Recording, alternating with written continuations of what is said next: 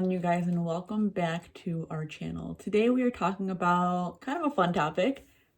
We all love it or hate it, alcohol.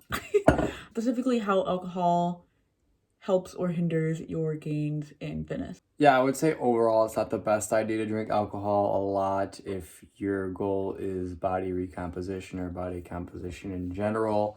You're kind of wasting your calories on empty calories instead of, giving your body nutritious meals, sweet carbs, fats that your body essentially needs to grow and get bigger and get stronger and adapt.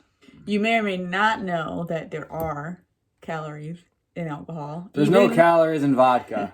Even the healthy, quote unquote, alcohols, which a lot of people like to think is vodka. So people say, oh, it's fine, I'm drinking vodka sodas, vodka tonics, which is great. It's a great substitution. It's probably your best option.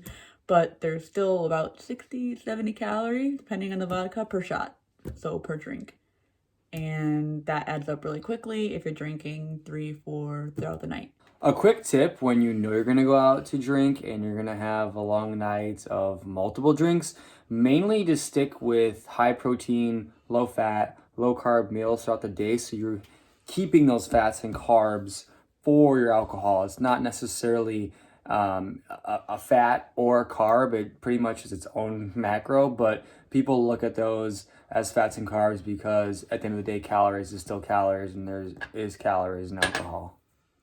Yep, so eating protein beforehand is key, but there are also a lot of other tips that you can use if you're in a situation where you need to or have to drink, because we understand even when you're trying to achieve your fitness goals, a lot of things can come up, and drinking is a big part of social interaction sometimes. So these are some things you can do to help you stay on track as best as possible. So as Anthony mentioned, eating protein before is key, but another thing is to stick with dry wines, spirits, and make sure that you're mixing your alcohol with diet drinks or zero drinks as often as possible, because calories can add up really quickly if you're doing Coke and rum, vodka, Sprite, whatever the case is. So diet drinks, club soda, great option to use when you're drinking liquor.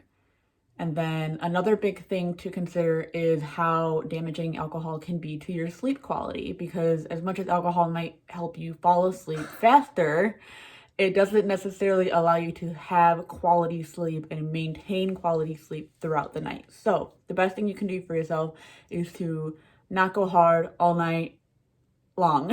You should stop drinking about 3 hours before you are planning on going to bed in order to maximize your sleep quality and get a good night's rest for the following day. So those are some things you can do to help if you are in a situation where you want to drink or you have to drink while you're on a body recomposition fitness journey. But obviously, our recommendation is to avoid it at all costs during this time period, because you kind of have to decide where your priorities lie. And these are some of the reasons why you should be avoiding alcohol entirely. Yeah, I mean, overall, alcohol basically will stop the muscle building process and potentially even deteriorate some muscle and cause more breakdown than usual because of the decreased levels in testosterone, the decreased levels in HGH, the fact that your sleep quality is going down. And people don't necessarily think that sleep quality is a big thing overall, but if you're going to the gym 6 days a week and hitting your calories and hitting your macros and everything's spot on, but you're getting 4 hours of sleep, like, probably not going to be growing as much just because your body necessarily can't even, take time to build and recover. So alcohol is just only going to make that process work. There's plenty of studies where if you overdrink, you're basically just speeding up the process of breaking down muscle. So the biggest thing and why we see a lot of people gain weight when they start drinking, it's not necessarily the alcohol, because your body can't really process the alcohol, and yeah, there are calories in there, but if you were to simply be at maintenance or be in a deficit, you'd still be just fine. It's when you start eating Taco Burrito King at 1 o'clock in the morning because you just got out of the club and now you're hungry and you don't really think about, hey, like, I'm still on a diet, and all of a sudden there's a burrito down your throat and you put down 3,000 calories. And the bad thing about that is your body is still processing the alcohol. It really can't take the nutrients from the food you just ate and utilize it. It's just going to store it all as fat. So fat will go straight to fat storage. Carbs will be stored as glycogen, and however much your muscles can handle with the glycogen storage, the rest will be stored as fat as well. So your body basically just goes, can't do this right now.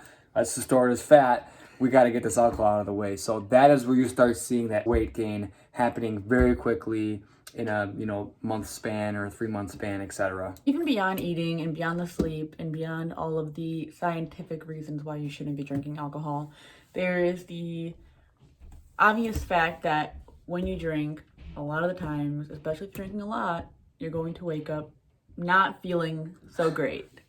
We are going to be waking up hungover. So this can impact your ability to continue on your track the next day, whether that's being able to eat the right foods, because I know a lot of the times when I drink, my stomach is messed up the next day, and I either can only eat certain kinds of foods or I can't eat food at all. So then I lose out on a full day of getting in my macros, getting in my calories. And second, if you're not feeling well, you're probably not gonna make it to the gym. And if you do make it to the gym, it's not gonna be a great workout. So you're limiting your abilities to stay on track and continue even after the drinking is done, which is huge. Yeah, and I mean, we just got out of college and we drank our fair amount on Thursday, Friday, and Saturday, a lot, especially when you're seniors, and still was able to basically go to the gym and have abs, etc. And that's just using these tips, sticking to low calorie foods that day, knowing that, hey, we're going to go out, we're going to drink, etc. Not to have huge meals after, because then this is going to be stored as fat. And then the best thing you actually could do is, if you know you're going to go out on a Thursday, make Friday your rest day.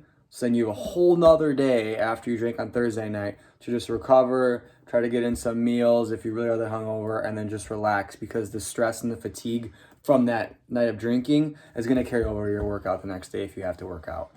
So to be clear, I feel like we've been kind of talking about alcohol in an extremely negative light, which it can be if you're using it in the way that we're talking about, in the way that we've used it throughout our college experience, is going out 2-3 nights a week, getting annihilated, or going out every weekend and drinking ridiculous amounts of alcohol and making poor decisions. But obviously, we gotta recognize that people are at different points in their life and utilize drinking in different ways, maybe more casually. Yeah, if you're looking to come home and have a glass of wine with dinner, something along those lines, you're not going to derail your fitness goals now because you had a glass of Pinot Noir or something.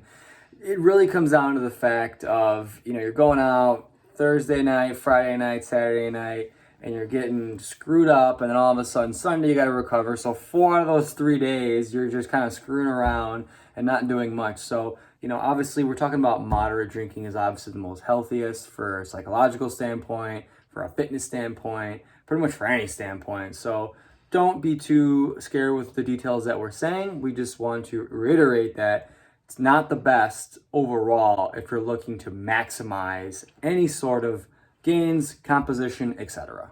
Yeah, so we hope this video helps you out, because we understand, as we said before, that drinking can be a huge part of people's lives, even if you're trying to accomplish some fitness goals. So these are some ways that you can fit that into your lifestyle, although we highly recommend eliminating it completely until you reach your goal priorities.